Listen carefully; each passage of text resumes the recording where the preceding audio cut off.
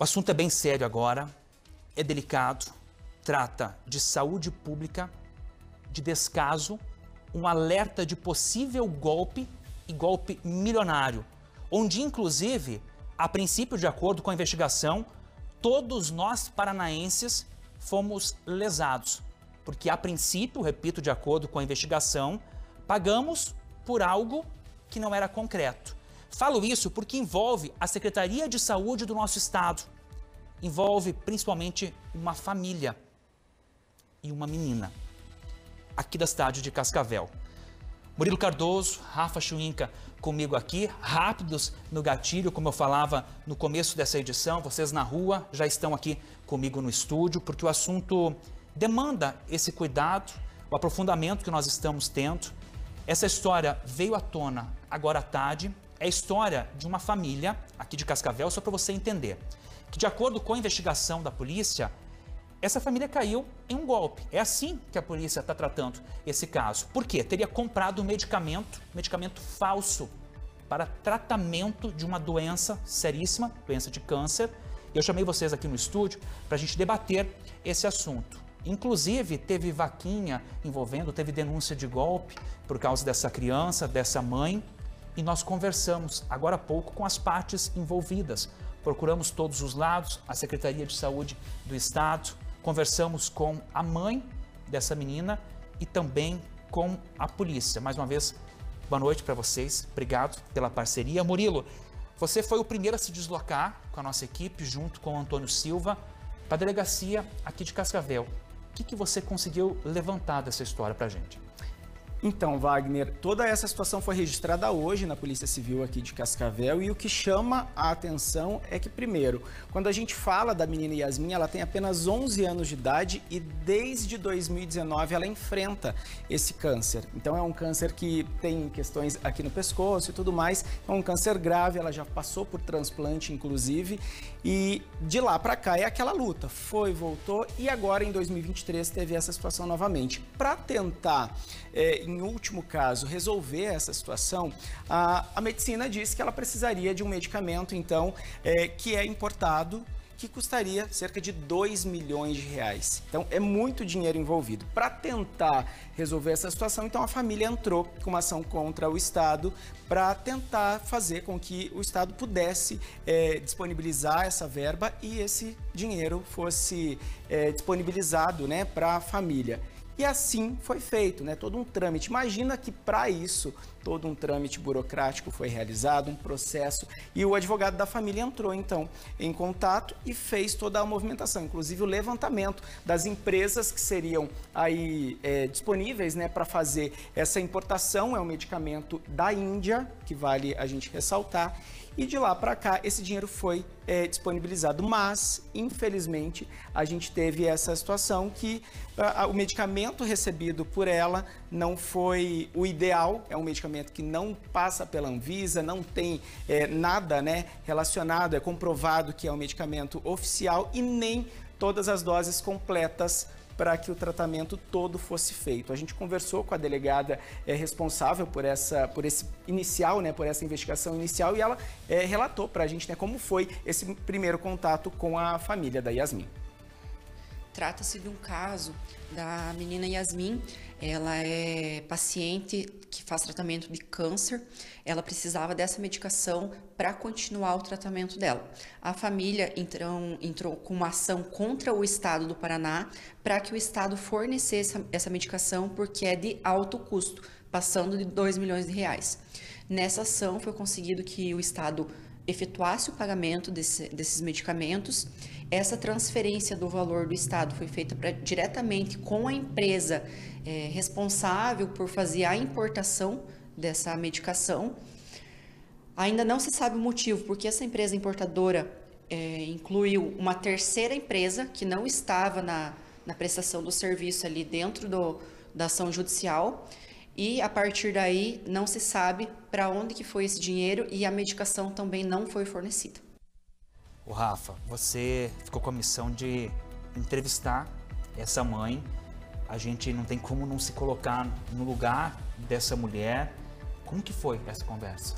Ela até estava bem tranquila, na medida do possível, se é que a gente pode dizer assim, mas o que ela mais relatou foi o fato da demora. Essa demora, porque ela começou desde o início. Uma demora que eles davam um prazo para que esse medicamento fosse entregue, mas esse prazo nunca chegava. Era para ser, a princípio, ali no final de abril, não aconteceu, depois foi dado mais um prazo. E o detalhe, o medicamento ele veio pela metade. Eram para ser 30 caixas, chegaram apenas 10, e o outro medicamento que ele precisa ser tratado junto, em conjunto, esse medicamento nem chegou. Ela fala a respeito desse trabalho que, inclusive, ela nem tinha acesso a essas empresas, porque, como o Murilo comentou, era todo um trâmite feito de maneira jurídica. Eram os advogados que cuidavam, era eles que iam atrás para saber qual a empresa iria prestar o serviço com o menor custo. Então, é aí que foi o detalhe. Mas daí, quando chegaram os medicamentos, chegaram dessa forma aí equivocada. Olha só o que a mãe fala. Grande expectativa, né, da chegada dessa medicação. A importadora deu prazo de 30 dias úteis para estar fazendo a entrega da medicação, mas era um tempo que eles estavam dando, que eles falaram que para não criar expectativa, mas que com 20 dias essa medicação já estaria com a gente. Então chegou ali a data ali do dia 29 de abril, a advogada passou para mim que já estava tudo certo, que a medicação já estava no Brasil e que até o dia 10 de maio ela já estaria aqui no hospital, né, onde a Yasmin faz o tratamento. Então, mais uma vez, foi criado mais uma expectativa de espera. Chegou dia 10, nada de medicação. Dia 23 de maio, a advogada me passou que estava chegando para a gente uma das medicações, que são duas medicações que tem que ser feitas em conjuntas, uma não pode ser feita sem a outra. Mas a data de vencimento dela já era para junho de 2024. Na proposta de compra, tanto do orçamento da importadora quanto na prescrição médica, estava Leoquime, Sargramostim 250 mg. E o que chegou para a gente foi um biosimilar 500 mg. Só o princípio ativo que contava ali, mas não era a mesma coisa. Rafa, eu imagino que você tenha conversado com ela, que é a pergunta que a gente se faz, o pessoal de casa deve estar fazendo agora. O que está na cabeça dela, o próximo passo? Porque tem uma investigação acontecendo, mas tem a filha dela. A gente conseguiu imagem agora, nossa produção vai me informando aqui, com a Yasmin em tratamento, essa garotinha de um sorriso ímpar. E no meio de toda essa história, enquanto a investigação busca culpados, não culpados, a gente tem a saúde dessa criança, que é o mais importante. O que a mãe disse a respeito desse momento que ela vive agora? Pois é, Wagner, nessa situação toda, a criança que está correndo risco, porque ela está correndo contra o tempo para ter uma qualidade de vida que esse medicamento poderia fornecer, agora eles não podem aguardar mais 4, 5 meses, que seria o tempo hábil para que a justiça aí realmente conseguisse trazer uma resposta. Então, qual foi a alternativa que a família encontrou? Foi fazer uma vaquinha online para tentar arrecadar R$2.500.000, que é o preço do medicamento que eles vão tentar comprar por conta própria para fornecer, então, saúde para essa criança que está no meio dessa confusão toda, viu, Wagner? Olha só o que a mãe fala. Agora a gente está agindo por conta própria, a gente vai deixar agora na mão da justiça para que, né, seja provado tudo, para que as pessoas responsáveis aí apareçam e sejam, né, penalizadas. Então a gente agora vai agir por conta própria e a gente está aí correndo atrás para poder comprar os ciclos para Yasmin, porque agora ela não pode mais esperar 4, 5 meses como ela poderia estar esperando até o processo da justiça se resolver, né? Então agora o caráter é de urgência, ela precisa iniciar esse tratamento o quanto antes com essas medicações.